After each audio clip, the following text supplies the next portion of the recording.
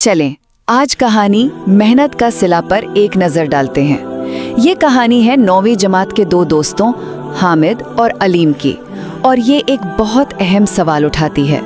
क्या सच में कामयाबी का कोई शॉर्टकट होता है? तो पहली बात, हमें दो बिल्कुल अलग किरदार नजर आते हैं।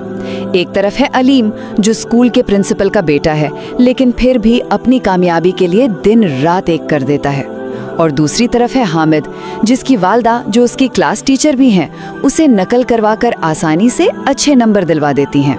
दूसरी बात, कहानी में एक ट्विस्ट आता है जब 6 माही इम्तिहानात में हामिद फर्स्ट आ जाता है।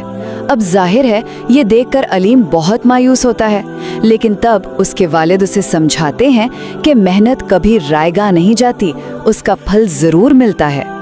और आखिर में होता वही है जो होना चाहिए।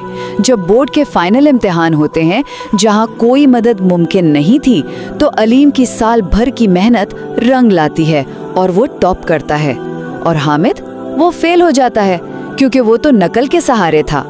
ये सिर्फ एक नतीजा नहीं, बल्कि एक बहुत बड़ा सबक है।